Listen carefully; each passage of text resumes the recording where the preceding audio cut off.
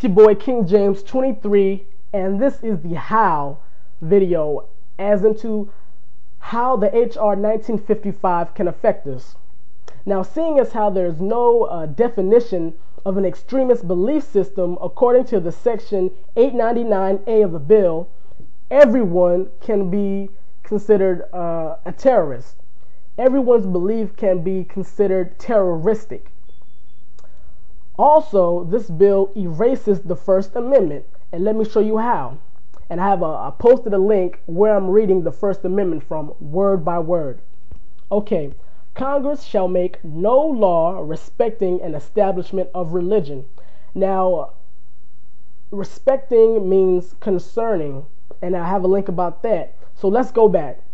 Congress shall make no law concerning an establishment of religion, or prohibiting the free exercise thereof, or abridging the freedom of speech, or of the press, or the right of the people peaceably to assemble and to petition the government for redress of grievances. Now let me break it down how the H.R. 1955 is stripping us of every one of these promised freedoms. Freedom of religion. Okay, by punishing the extremist belief system, which, as I stated before, can be any one of us and can be any one of us. Okay, speech. If you express yourself verbally, and it can be considered a thought crime, and a thought crime under this bill can be punishable, and they can call you a terrorist. And I talked more about that in my Who video. Now, freedom of the press. Section 899B of the bill mentions the internet as a main source of terrorist propaganda. Anything written that expresses disapprove or that expresses its disapprovement of the government could be called terrorist propaganda. That means what we're doing right now, anything written, any videos, anything on the internet that remotely does not approve with the government can be considered terroristic. Okay. Peaceably to assemble.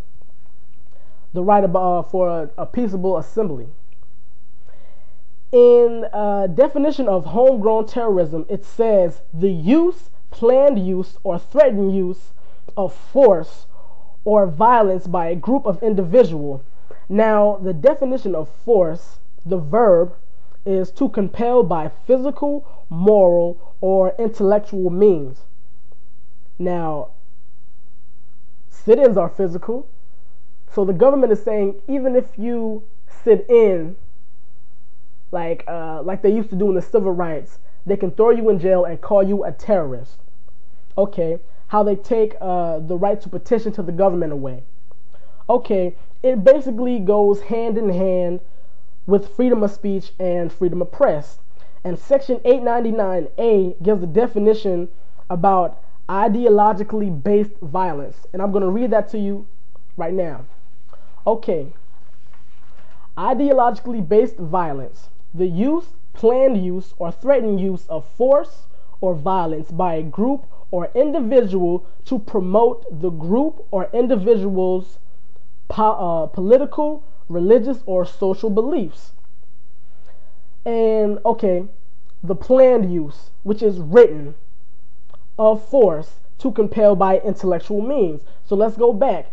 Ideologically based violence. The use, planned use, written use, or threatened use of force, which is can be to compel by intellectual means. Basically saying that if you write about any grievances about the government, they can call it ideologically based violence and have you thrown in jail and call you a terrorist. Now, a synonym for grievance is injustice. They're saying that we can't even say or write that what they're doing is unjust. And if they do, or if we do, we're getting thrown in jail. It's ridiculous.